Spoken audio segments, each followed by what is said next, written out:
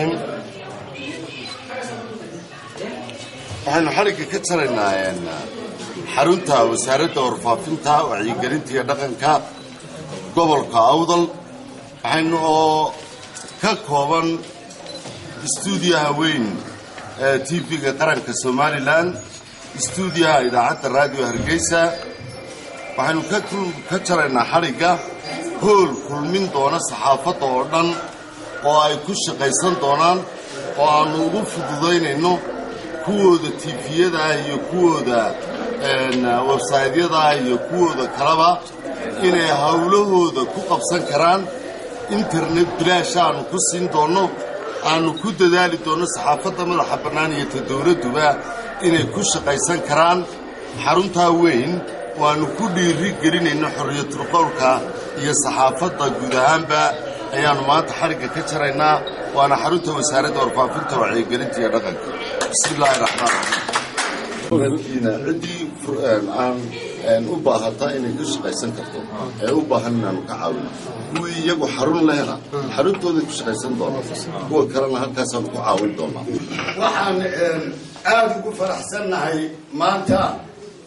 in xarun cusub oo wasaaradda warfaafinta dhaqanka iyo wacyigelinta qaybaheeda kala duwan maanta aan ku daafurano xarunteedii magaalo madaxda gobolka Awdal ee Boorama arrintaasina waxay tahay mid wax badan ka qabanaysa dhinaca warbaahinta awal fariiqsanayd in meel kaliya la isugu keeno oo ay ka faa'iideystaan qalabka kala duwan ee maamulka wasaaradda warfaafinta iyo wacyigelinta Somaliland ay u keeneen gobolkan Awdal ee ay u soo iibeeyeen oo internet xawaalad dheereeyo laynoo keenay ayaan wasaaradda uga mahadcelinayaa dhalinyarada saxaafaddana waan ugu baaqaya waxaana leeyahay ku soo dhawaada wuu idin furaya xafiisku waxaana dee qalabka quruxda badan u qayb weyn kaalin mugle uu ka qaadan doonaa dhinaca horumarinta barnaamijyada adeegyada bulshada oo toos aan u gudbin doono iyo mid recording aanu ku samayn doono marka arrintanna waxa weeyaan mid loo baahnaa oo ay xukuumadda uu garwadeenka ka yahay madaxweynaha jamhuuriyadda Somaliland Axmed Maxamed Maxamuud Siiraanyo ay tahay mid ay wax badan kaga qabanayso dhinaca adeegyada bulshada iyo horumarinta iyadoo hore gobolkan ay xukuumaddu dhinacyo badan wax ka qabatay xaggii dabdamiska ay kaalin mugle ka qaadatay iyo wadooyinka kala duwan ee kun dawladood oo kala duwan oo mucaarid maxay waqtigii gumaysiga kacaankii iyo dawladihii kale ka horeeyayba ay qaban kari waayeen ayay maanta xukuumaddani inoo saashay waxaana arrintaasi ka markhaati kacaya maanta xaruntan ballaadhan oo noqonaysa xarunta labaad ee xarumaha kala duwaneed warbaahinta Somaliland ee wasaaradda warfaafintu ay ku yeelanayso dibad iyo gudaba waa tii labaad marka laga reebo magaalo madaxda xarunta wasaaradda warfaafinta marka arrintaasina waa mid ay u baahnaayeen warbaahinta gobolkan Awdal marka waxaan leeyahay waan idinka mahadnaqanaa haddii wasiirka wasaaradda warfaafinta saxaafadda ahaan madaxa bannaan ninkuu ku hadlaya ururka fiinta Somaliland ee Solja waa soo dhaweynaynaa xaruntan cusub ee loogu talagalay xarunta wasaaradda isla markaasina ay ka qayb qaadan doonaan saxaafadda kale ee gobolka waana soo dhaweynaynaa waana waxqabad wanaagsan oo ay ku tallaabsatay wasaaradda warfaafinta iyo wacyigelinta iyo dhaqanka iyo TV-ga qaranka ee Somaliland waxaanu leenahay waa inay noqotaa meel يعني laga gudbiyo horumarka wax walba oo maaragtay qabanka gobolka iyo guud ahaan dalka Somaliland waana talaabo aad iyo aad awoodeed waxaan halkan maanta aan ka sheegayaa isla markaasina aan si ballaaran u soo dhaweynayaa xarunta halkan ay wasaaraddu ka furatay oo maanta cid kastiba ay soo dhaweynayso marka anigoo ku hadlaya afka wariyaasha madaxa bannaan ama TV-yada madaxa bannaan iyo TV-ga Royal gaar ahaan maanta aad iyo aad baan u soo dhaweynayaa waayo waa horumar soo kordhay TV-ga qaranka Soomaaliland haddii uu horseeday in magaaladii Boorama laga furay xaruntii ugu weyneyd ee TV furan lahaa iyo TV-yada kalena waxaan leeyahay taasina wuu ku amaanayna wasaaradda aniguna kala saarsaarayn heer gobol iyo heer qaranba oo maanta mas'uulkii ugu sareeyay wasiirku nagala joogo kulli wasaaradda TV-yada kalena way eegan doonaan oo gobolka waxay ka furan doonaan studio waaweyn marka aad baan ugu faraxsanahay waxa kaloo si gaar ah ugu mahad celinaya Abubakar Xasan Caafi oo ah isku duwaha saxaafadda ee gobolka Awdal Abubakar waxa kaliya ma aha kuma koobno wasaaradda iyo TV-ga qaranka kuma koobno waa macallinkeegi wajeedkii aan uga baxnay weeyaan anaguna waa amni baan nahay isaguna waa jiridi waxa kaloo faa'iido noogu yahay anagoo TV kala ka shaqeynayna oo TV qaran ka shaqeynin ayuu waay aragnimada intaan lahayn war halka toosi halka sidaa ka dhig halka yar leexi uu noo sheega waa intii la isku lahaa anagoo waay aragnimadaasi uga maarmi weynay xataa gurigiisa tagnaa anagoo TV qaranka ahayn ayaan gurigiisii tagnaa sababtuna waxa weeyaan kama maarmi ilaa waqti jecel beertuna ma kanika beeranayo waxa weeyaan inuu meel biyo la geeyo beerta caawa biyi أنا بيرتي ما ناي. خبا باهي بيلا عانى مركا واتم أو ماشى يدقدق مركا المبارك نو كنت مركا أكشف والرغضة قربي أو سيدك دق ماركتي وحلو رقبته رمضان أهمية أي وفافته كل هذا وحركوز ترى دقنك وحركوز ترى وعيقلتي ونقرر يسوي حبيبي باتوه كيلوها inaguna wacyi gelinaysa waxyaabihii wanaagsanaa waa halkii maaragtay xumaanka reebis iyo wanaag farista haddaan intaa usii dhaafo anigoon hadalka sii badinaynin xisbiyada mucaaradku ma aha un in laga fasho inay wax dhaliilaan ama ay weak point ay maaragtay ka sheegaan xukuumadda waayo waxaad noqonaysaa distractive يوحدوني أنا قلت هذه أقوى وحش أكتر أما باقيس هذي تلاقى طاوع حتى لو ريس وبيس ولا تعرف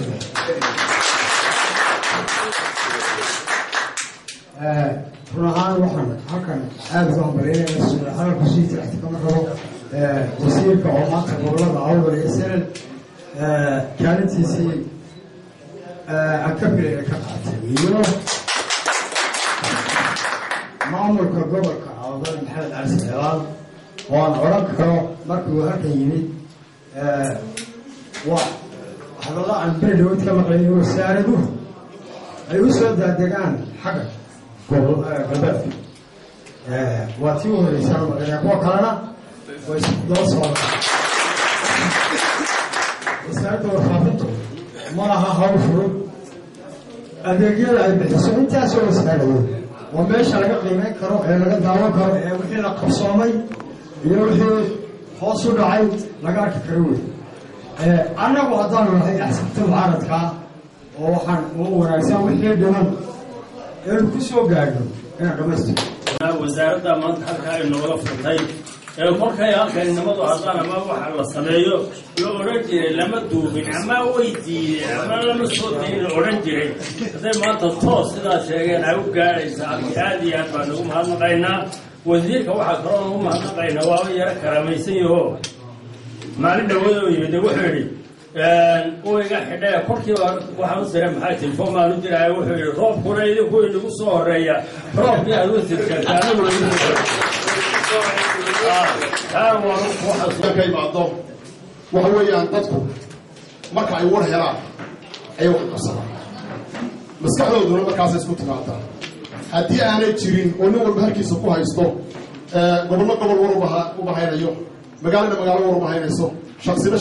jooga war u bahaynayo waxa la iska daydaana waa horumarka caalamkuna waa tartan weyn hadday diin tahay iyo hadday magaraysa horumar tahayba tartan baa ummadda looga baahan yahay tartankaasi ciddii iska tusayey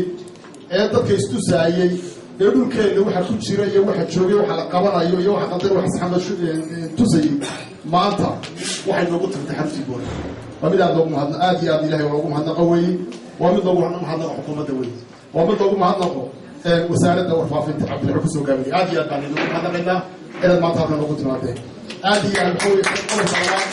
waxa weeye faraska waxaa qabanay fido wisaal kartaabale waxa weeye waxayna soo barsaamay badan bayna soo maray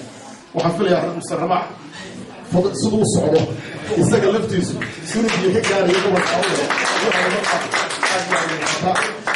wax yar uga soo wareegay wasaaradda isaga laftiisu waxaa kaloo aad soo dhaweynaa shayga la dhimaa bitaan jirta oo maalmo aad loogu dhawaaqay wasaaradda Jamhuuriyadda Soomaaliland ay saddexdii wasaarado u horeeyeen ay dhisanayeen xarumahoodii laba kalena siduu barasaabku shalay warbixin lagu siiyey ay ku daba jiraan aad iyo aad baan soo dhaweynaa way taas haddii ay taasi timaado caasimada lagu ururin maayo haddii kale xumaha sida shirida xumaha la iskaga ururaya xumaha la iskaga ururi maayo muddo halkiisa ayuu ku mashquulsanaan arrintaasi waa arrin aad iyo aad mug leh waa arrin dalka iyo dadkaba magaraysa waa arrin dadkii maamulka doonaya ama hawla qabtaa doonaya ku soo celinaysa gobolada weyn arrintaan aad iyo aad baan ayaan soo dhaweynaa midda ugu dambaysa saxaafadda waxay qortaa wax walba marmar baan ka naxa iyo qofka qorayaan naxaan qofka ubsaydada gelinayaan ka naxa isaga shakhsiya baan naxa dadnimadiisa iyo damiirkiisa iyo sharaftiisa marka qofku qoro been aan sal iyo raatoonahay oo meel aan la meel ka tib anu dadka inta badan lagu garaaburta ka mid waa iyo tiro kama jawaabaan waxaan uga jawaabi lahay waxaan u jawaaba waana kuwa halkiji buu tegey cumar buu tegey cali buu tegey waxa la qorayo wada hadal baana wax lala yaabo wey waxa saxdu waxa in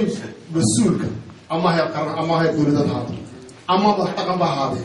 haddii laga maarmi waayo waad ka warwareegi kari wadaad wax ku helaysa inaad run ka sheegto run inaad ka sheegto aad iyo aad qof badan warbeeni meel ma tagto shayguna wuu soo gabagaboobaa dhibta ugu badan annaga dhawahaysa waxa weeye waa la soo weydiiyay dadka furbaayta badan la soo weydiiyay wax la yidhahdo halkaa miyaad joogtay baa lagu yidhaha maya hawsha ugu badan laga gaadhaa way tahay laakiin dadka waxa qoraya waxa weeye dib u xishooda eega qiimeeya dalka iyo dadkana ka daaya tacadiga waxa weeye inaad horumar gaadhaan baad doonaysaa inaad sharafa timaadaan baad doonaysaa inaad meelo kursiya madaxnimad gaadhaan baad doonaysaa marka haddaad taa doonaysaan dee waa la iska ilaaliya waxyaabaha hoose la iska ilaaliyaa aad iyo aad baan anu oranay heble aan oranay qodobka aad iyo aad baan runtii aan iga dardaaraynaa waxa weeyaan annagu haddaan nahay raacdo waxaan jecel lahay waxaan inta badan ku celcelin lahay waxaan jooga reer burco waxaan jooga wasiir haddii la tartami waa inta waya kumaanaysa waxay annaga haddaad naga doonaysaan jacayl wixii dhaqaaqabaha nagu soo horay difaaca uu leeyahay waa in la fahmo wey isgaadhsiintu ma aha ciyaar waan tirinay tan horta kow dowladdu waa geed weyn oo hadh lahoo wada ku yaalaanoo hadba xabadda ka soo dhacda waa laga hoos qaata xabadda kow baan nir waxaa heli doonana waan eegaya waxaan filan leehay laba shay ha laga eego dhexday ka kala gooday ha laga ilaaliyo wixii qofku yidhaaho in la sii daayana waan faraynaa iyaa la kala reebi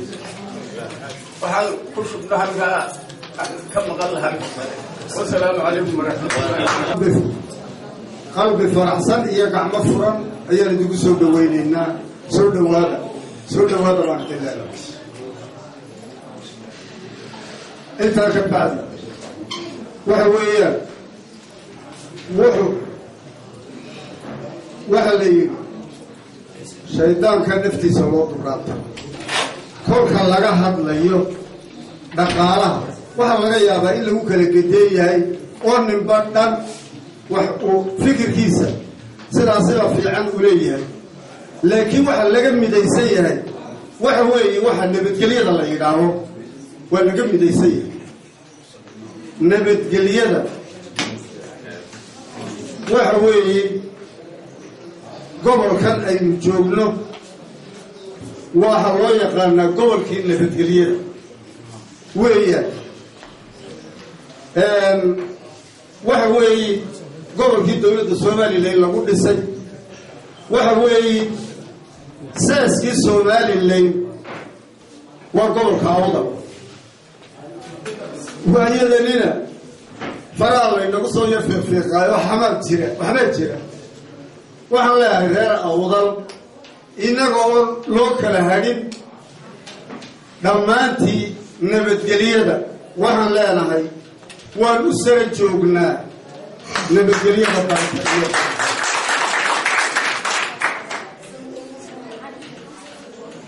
xukuumadda somalilan sidaasaan sheegaynaa cid kasta oo nabadgelyada xumaynaysa ka yeeli mayno danta kolka laga hadlayo waxa weeyaan danaha wixii la qaban karayana in la sheega waa waajib waxaan la qaban karayninna waxa weeyaan gudagoorteeda allayna gaadhsiiyo laakiin waxa arrintu ay tahay ciddaan wax qabsanin dee waxba loo qaban maayo ciddii wax qabsanaysa waa la isgarab taagaya ama hay-adaha caalamka ha loogu yeero ama hay-adaha dawliga ah ha garab galaan laakiin gacmahaan laabani ee waxa la ii qabto taasina ma dhacayso reer awdalo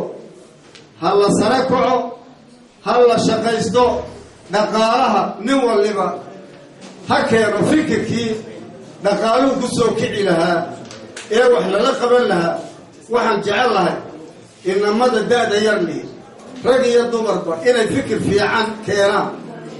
maskaxda dadku waxa weeyaan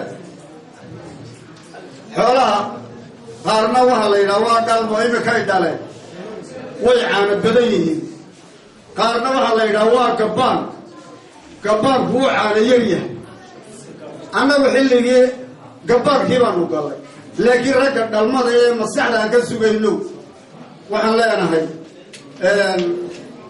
dhaqaalaha u sara kaca gacmaha isqabsada dawladdiinnana wixii aada uga baahan tihiin waan u sheegaynaa waxaan leeyahay dhammaanba wasiirka warfaafinta cukuse aniga maanta iigu horeysa laakiin wasiirada kolkay hadlayaan ninkaan dhegaysta weeyaan xaqiiqa kolkuu hadlaya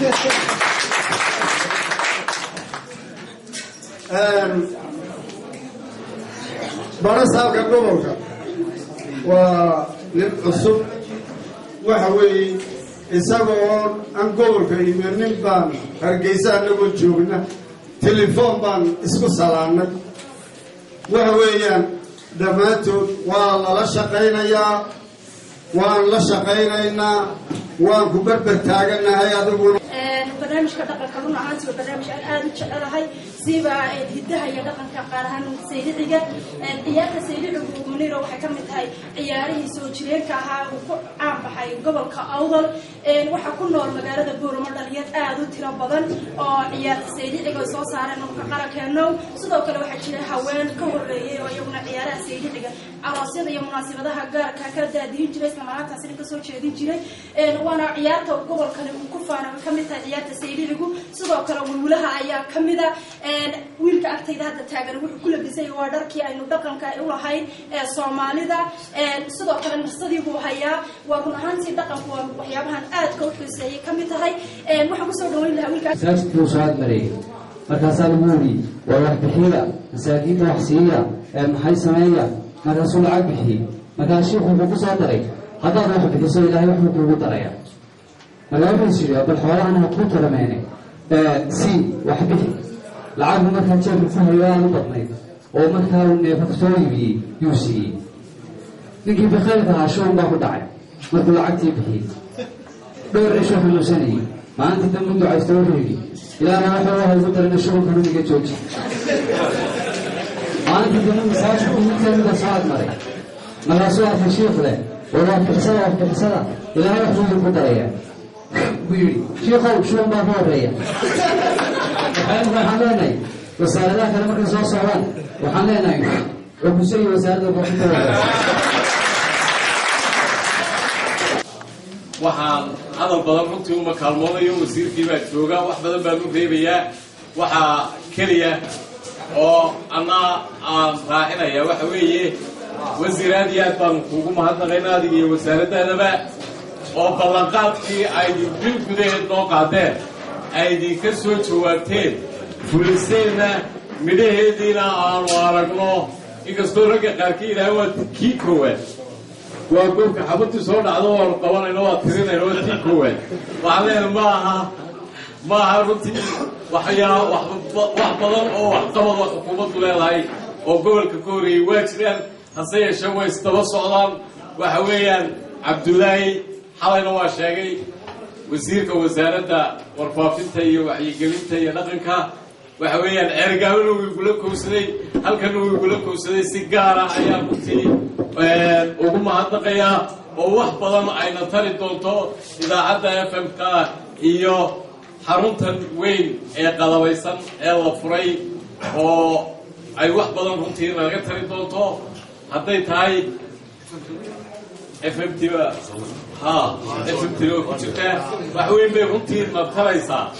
oo ah hadday tahay sidii bulshadu ay fikirkeeda u dhiiban lahayd aan wax badan isu weydaarsan lahayn aan wax badan runtii u ogaan lahayn ee been badan oo la sheegana runtii aynu uga bixi lahayn iyo in qof kastoo ilaahay hibo u siiyey dhaqanka waxyaabahaaynu lahayn ama gabay ha noqoto ama heesa ha noqoto ama ciyaaraha oo runtii gobolkan aad iyo caan uu ku yahay oo haddadan tartankii aad qabatay wasiirtee gobolkan baa ku guulaystay taana waa kugu ee ka socday Hargeysa waxaan filaynaa tartanada dambana in halkan lagu qaban doono waxaa wasiir isu diyaarinaynaa sanadkan in halkan lagu qabto ciyaarihii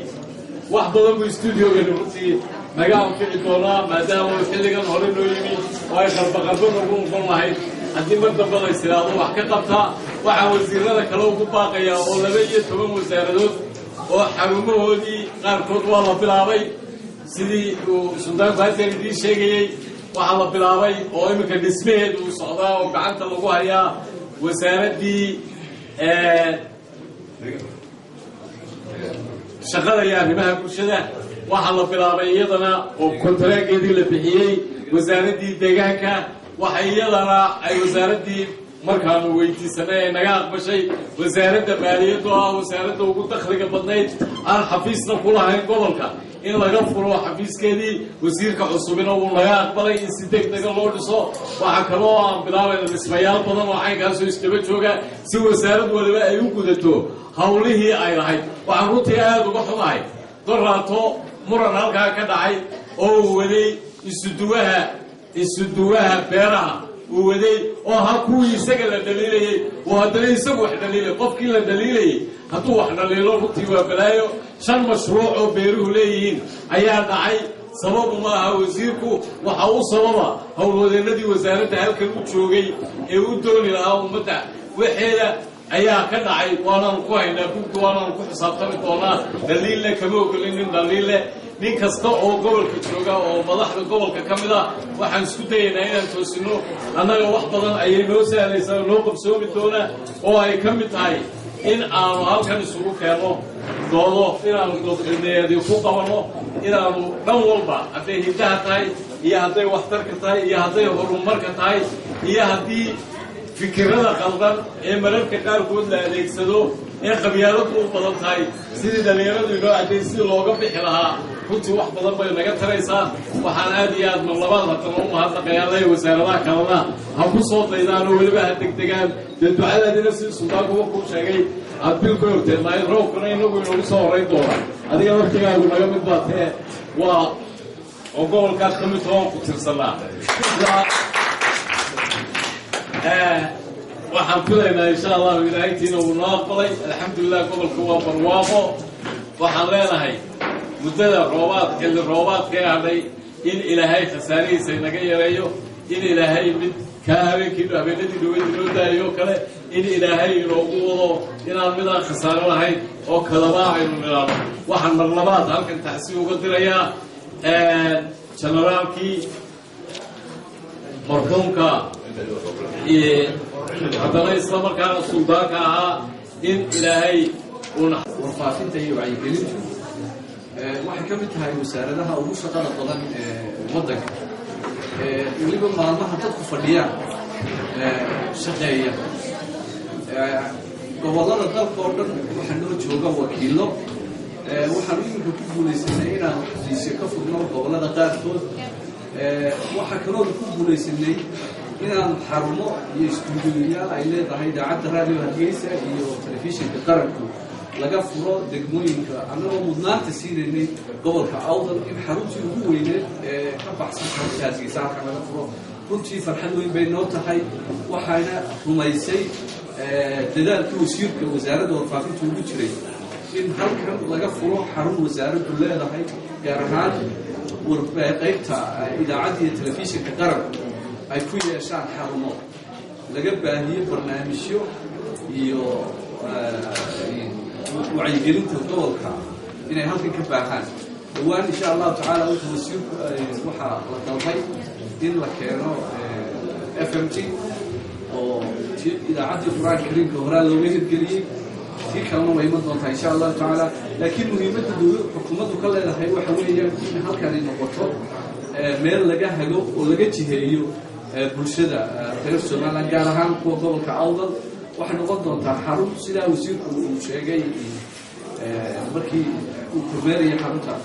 in meel saxaafaddu ay ku kulanto oo wax laga taro oo xataa xitaa tababarra noqoto waayo iminka inta badan waxaanu tababarrada ku samaynaa xarunta wasaaradda laakiin inay suuragal noqon karto maadaama aynu hayno facilitieski in halkan tababarrada saxaafadda gobolka lagu sameeyo dadaalkaas waxaa noogu madaxa oo ka kooba wasiirka wasaaradda warfaafinta waxa kaloo iyo dhammaan mas-uuliyiinta wasaaradda oo ugu horeeyaan wasiir ku-xigeenka iyo agaasimaha guud iyo agaasimo waaxadyada iyo agaasimayaasha farsamada iyo madax qaybeedada wasaaradda oo toddobaadkii ugu dambeeyey ku hawlanaa sidii loo suuro gelin lahaa in midibada loo taago stuudioga idaacadda iyo telefishinka qaranka ee xarunta gobolka awdal maaha markii u horeysay telefishinka qaranku barnaamijyo toosa ka baahiye halkan waxaynu ogeyn 18 May sanadkii tagay inaynu halkan toos uga gudbinay munaasabadii loogu dabaaldegay sanadkan insha Allah taala waan rajeynaa inay taasi suura gasho waxa kaloo ku qabanay sanadkii tagay barnaamijka caanka ah ee Kismaayo ayaynu gobol ku qabanay muhiimad weyn bay noo tahay wasaaradda ahaan inaan hirgelino wax kastoo ka suuragala oo horumar ku samayno xarunta waa meesha noogu horeyseen doona inay horumarka ugu weyn ku tallaabsato insha Allah taala aad baan idinku mahadcelinayaa haddan intaan farxadayda soo koobay gobolkan awdal waa meel markaa wadada runtaan aad ugu faraxno waa gobol qiimo way ku leh jamhuuriyadda Soomaaliland waa gobol qiimo badan ku leh qaadimada Soomaaliland waxa weeyaan gobolkii amniga iyo aqoonta iyo waxbarashada iyo horumarka waa gobolkii laga aasaasay Soomaaliland and gobolkan awdal oo gobolka sare uu ka mid yahay imaatika maanta laga furay xafiiska wasaaradda warfaafinta dhaqanka iyo wacyigelinta iyo xafiisyada waaweyn ee xaruntan waxa weeyaan waxa aad inoogu qiimo badan ummaddu waxay leedahay dhaqan ummaddu waxay leedahay taariikh deegaan waliba wuxuu leeyahay taariikh u gaar ah deegaan waliba wuxuu leeyahay juqraafi iyo wax u gaar ah uu leeyahay deegaan waliba waxa uu leeyahay dad mageyda ah oo u baahan in wax kala hadlo xarunta maanta waxay adeegi doontaa dadkaas oo dhan inay nasiib u helaan inay kaalinta ay lahaayeen ay ka qaataan haddii afkeenu burburo haddii dhaqankeenu baaboo hadday taariikhdeenu dhunto ubadnimadeenu way lumaysa si aan taasi u dhicin ayaa xarunta loo aasaasay waxaynu u baahan nahay nin waliba halka uu kaga beegan yahay ninka culimada ah inuu culimanimadiisii halkan ku duubo oo aqoonta aynu kala hadno odayga dhaqankii inuu ku duubo gabadha geeraarka iyo baraamurka haysa inay halkan ku duubto maaha goboladu way ku kala duwan yihiin waxaa laga markaad gobol timaado inaad aqoon cusub iyo nidaam cusub inaad ugu timaado marka halkan xarun keed inay noqoto oo keedka halkan laga sameeyo aynu ku kaydsanno xarumaheena kale waxaan tuinagu ma nihin umad wax qabta ma nihin waxaynu waa hadal maanta waxa nasiib darro ah oo waxa nasiib darro ah haddaynaan jiilkaa maanta sii gabagaboobaya ee odayaasha ah ee haweenka aqoonta leh ee hooyooyinka ee ayooyinka haddaynaan wax kala hadhin waxaynu maalmo isugu soo bixi doonaa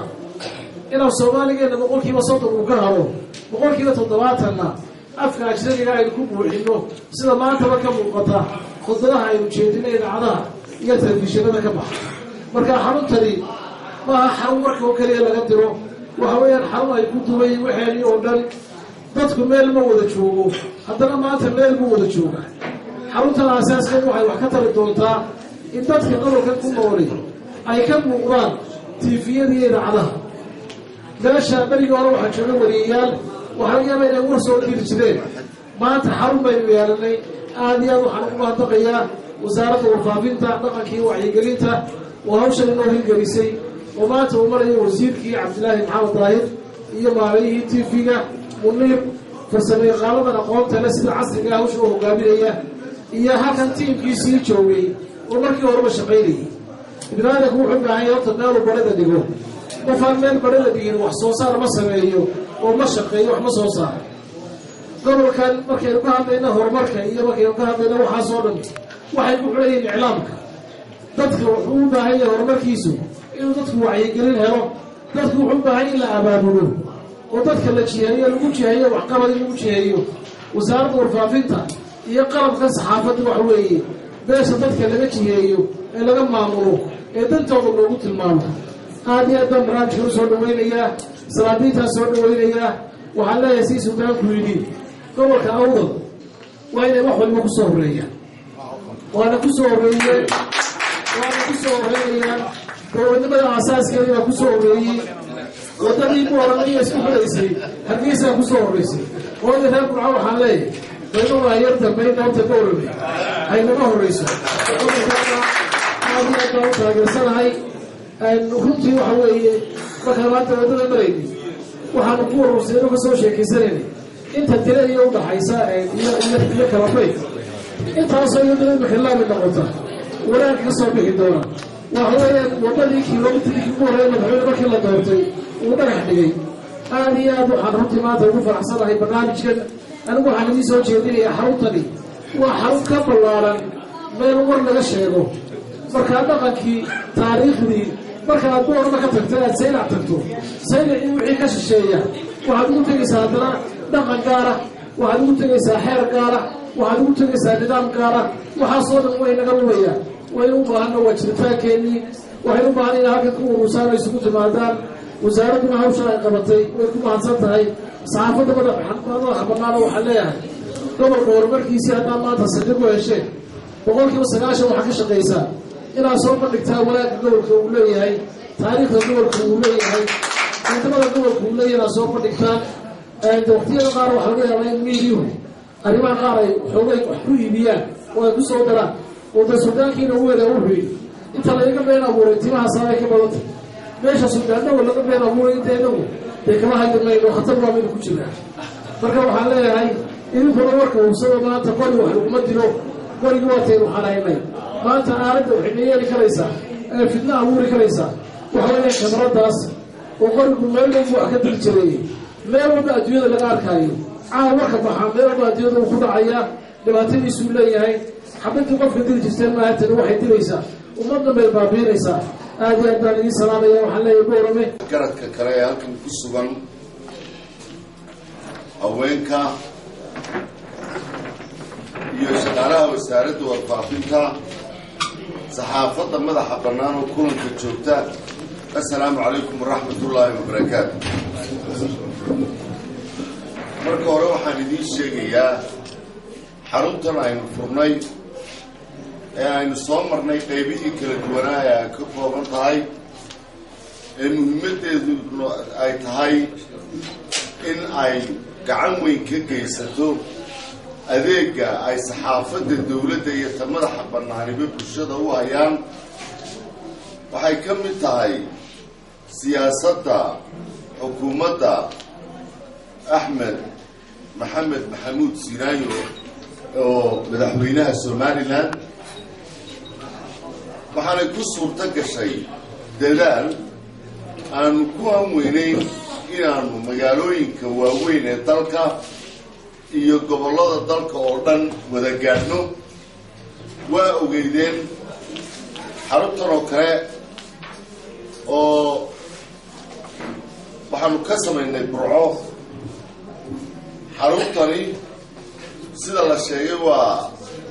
xarunta ugu ballaaran ee warbaahintu ka hawlgasho ee labaad ee dalka muhiimadaasi ay leedahay xataa marka shaqaalaha la eego tirada shaqaalaha maanta ku sugan Boorama ama labadan gobol ee Awdal iyo Salal waxaan u maleynayaa inaan qofna madaxa ku haynin inay gaarayaan tirada suxufiyiinta ee wasaaradda uun ka tirsanay in ka badan 30 qof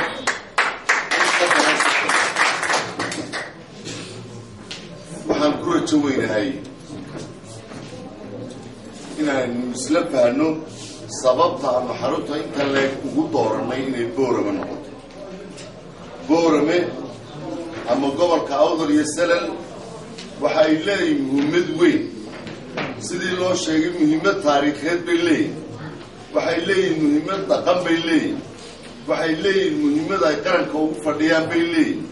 waxay leeyihiin ilbaxnimo fog oo qoto dheer bay leeyihiin waxaasoo dhan waxa dheer waa xaruntii aqoonta waxaanu ku tuunsanahay in maskaxo badan oo u baahnaa meel ay afkaartooda laga dhagaysto ama laga arko inay helaan halkan aynu fadhino waxaynu ku qaban doonaa doodo waxaynu ku qaban doonaa meesha jaamacaddii ugu muhiimsanayd iyo ilaahay ka raalli ahaaday Professor Saleebaan iyo intii uu horkacayay waxbarashada u adeegaysay iyo jaamacadda Eelo jaamacadahaas oo dhan dadka jooga kuwa wax ka dhiga iyo inta kale ee ka baxday ee ku sugan gobolka ayaan doonaynaa aqoontoodii inaynu maalo dadka taariikhda ku duugan tahay ee la fadhiya baynu doonaynaa inay halkan ka sheegaan de mid kalena kama maqna oo erey cusub imika beri dhaweyd aynu aada u isticmaalaynay iyo ereyga kale ee ku xiga labada ereyba waynu u baahan nahay Boorama waxaynu u baahan nahay meel ay tabashada ka sheegto oo ay mahadnaqana ku xigsiiso labadaaba inay meel ay ka sheegaan ay helaan ayay ka mid ah muhiimadaha waaweyn aynu halkan u samayno horaan u sheegay nimcooyinka ilaahay ku galaday bay ka mid tahay gobolka Awdal salaadiinta waaweyn ee taranka ah ee imarka inala joogta Suldaan Duwal iyo Suldaan Ibrahim iyo matrin kale iyo Saleebaan iyo imaamka Miisaan iyo Xaaji Miisaan iyo maaqul Axmar Suldaan Yuusuf iyo salaadiinta kale ee tirada badan iga raalli ahaada haddaan magacyadooda ka gaari waayo salaadiintu waa wax nimcooyinka ay dheer tahay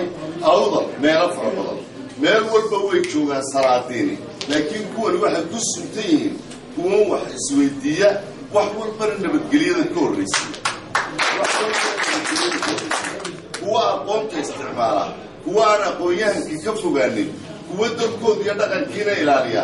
kuwa og noloshu inay suurtagal tahay marka hore ay nabadgelya jirto marka labaad kala dambayni jirto marka saddexaad dowladnimo jirto marka afraad sharcigu sarreeyo marka lixaadna la is-ixtiraamo oo dabeetooda naalashu suurta galo waxaan ku aqaanaa reer Awdal salaadiintooda